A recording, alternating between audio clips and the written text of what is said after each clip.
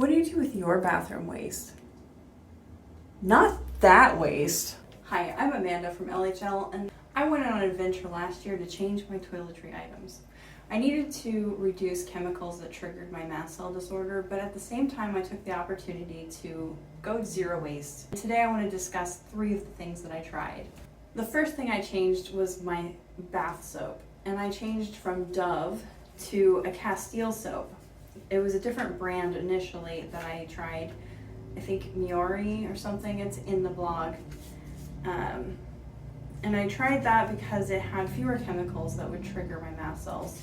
So the big problem with the waste cycle usually is isolated to packaging.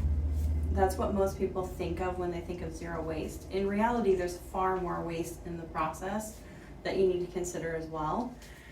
But I just looked at the packaging I was using continually. And before I had, a typical Dove, large Dove bath soap container.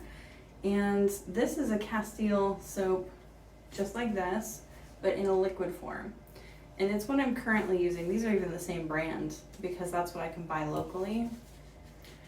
And the soap, the bar of soap didn't last as long as I would have liked. However, I think I got over more than a year out of a bottle like this of Castile soap. So my plan is to go to a bulk store, which they have in the city near me, not my city, but I travel there quite frequently for work. So I hope to try that out shortly. But I did have great success with Castile soap, and the bar of soap is only slightly more annoying. One of the things we should talk about with waste is this kind of a product. So we have what's a loofah made out of a plastic that doesn't degenerate. And this one even has little bits of sponge in there, which I have no idea what that's made out of. But this product we end up throwing away maybe in a year. Let's just say we renew it every year. You are pitching quite a bit of this material every year, which is waste. It doesn't break down over time. Whereas if you swap it out for a nice, this one's on a hook, a nice cotton washcloth, you can easily suds up just as well, but this will break down over time because it's cotton. My experience with the Castile soap was that it did leave me feeling a little sticky at first. Is that the right word? That my skin would feel a little sticky at first when I got out of the shower, but then as soon as I was dry, it was soft again. However, you can see it's for some reason better now. I did go through a phase where I had what looked like dry skin but didn't feel like dry skin. It wasn't cracking like dry skin, and I think I was just using too much soap. So now I use the bottled soap, but you can buy this soap in refillable containers or in bulk store containers where you can just fill up your glass container. And that's my plan moving forward because I still prefer it to the bar of soap. Now let's talk about the packaging. The plastic can be recycled, but plastic is a very inefficient recycling process and often won't be recycled if the value is too low, which is frequently. Then you have this packaging, which is already recycled paper. See here. Yeah, it's not wax lined. It is wax lined. Okay.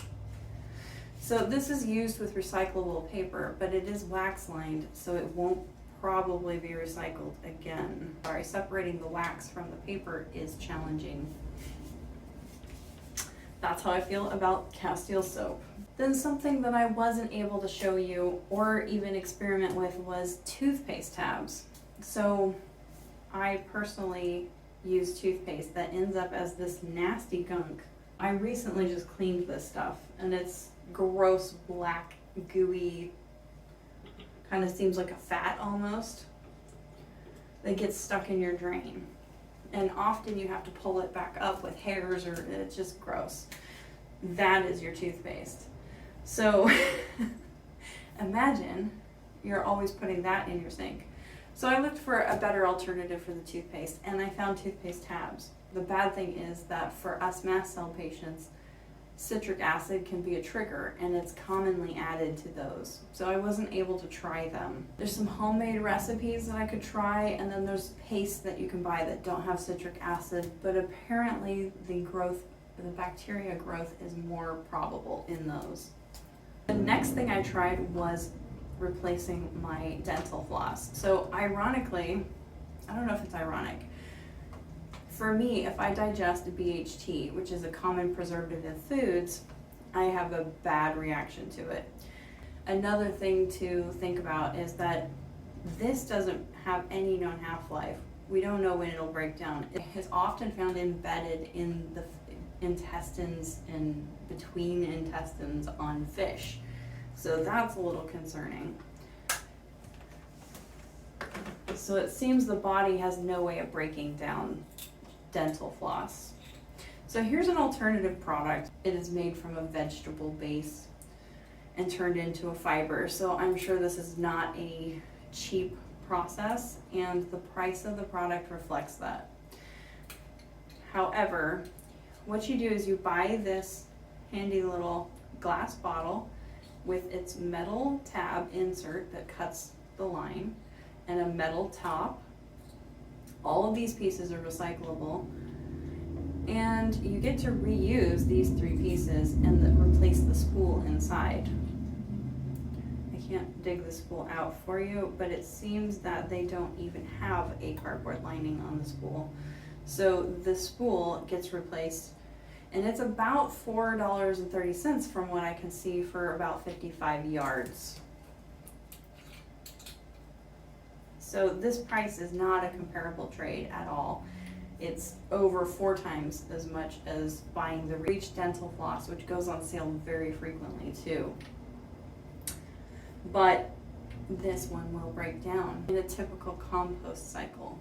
One thing to note in my experience, it does often work just fine, but occasionally my sharp fillings and jagged pieces of my teeth will break it or fray it. So it doesn't really last as long. It's definitely not as strong in that sense, but I can most of the time make one piece work without breaking. And those are my handy swaps so far. I keep looking all the time, and I'll let you know if I find more, but this is what I've replaced in the bathroom so far. I hope you enjoyed this.